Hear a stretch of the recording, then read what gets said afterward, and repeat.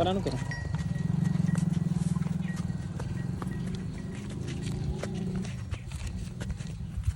ਇਹ ਭਾਈ ਸਵੇਰੇ ਚੋਈ ਜੇ ਤਕਰੀਬਨ 6:30 ਵਜੇ ਨਾਲ ਦੇਖ। ਅੱਛਾ ਇਹ ਟੁੱਟ ਭੱਜੀ ਹੈ ਮਾਰੀ ਨੇ, ਪੁੜੇ ਸੁੱਟੇ ਨੇ। ਇਹ ਕੱਦ ਐਡਾ ਕੱਦ, ਐਡੀ ਜਾਨ ਮੱਝਾਂ ਚ ਹੁੰਦੀ ਨਹੀਂ ਮਾਸ਼ਾਅੱਲਾ। ਇਹ ਮੱਝ ਹਫਤੇ ਬਾਅਦ ਜਾ ਕੇ ਜਿਹੜਾ ਨਾ ਸਾਨੂੰ ਆਪੀ ਮੈਂ ਸਾਡੇ ਆਪਣੇ ਮੂੰਹ ਲੱਗਣੀ ਹੈ, ਜਿਨ੍ਹਾਂ ਪੈਸੇ ਦਿੱਤੇ ਨੇ ਮਾਸ਼ਾਅੱਲਾ। ਬੱਚਾ ਵੱਜਾ ਵੇਲੀ ਤੇ ਜਰਾ ਬੱਚੀ ਜਾਂਦੀ ਵੀ ਦੌੜਦੀ ਪੂਰਾ ਮੁੱਠ ਦਾ ਖਾਣੇ ਗਿਸ ਦਾ। ਐਨੀ ਤਾਂ ਝੋਨਾ ਤੁਹਾਂ ਕਦੇ ਜ਼ਿੰਦਗੀ 'ਚ ਵੇਖਿਆ ਹੋਏਗਾ, ਜ਼ਿੰਦਗੀ ਦੇ ਵਿੱਚ ਬੜੀ ਤੁਹਾਂ ਵੀ ਮਾੜੀ ਝੋਈ ਹੋਣੀ ਹੈ, ਲਈ ਹੋਣੀ ਹੈ।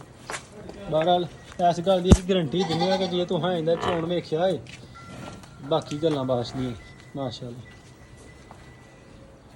ਸਿਆਕ ਵਾਲੀ ਇਹ ਉਹਦਾ ਬੱਚਾ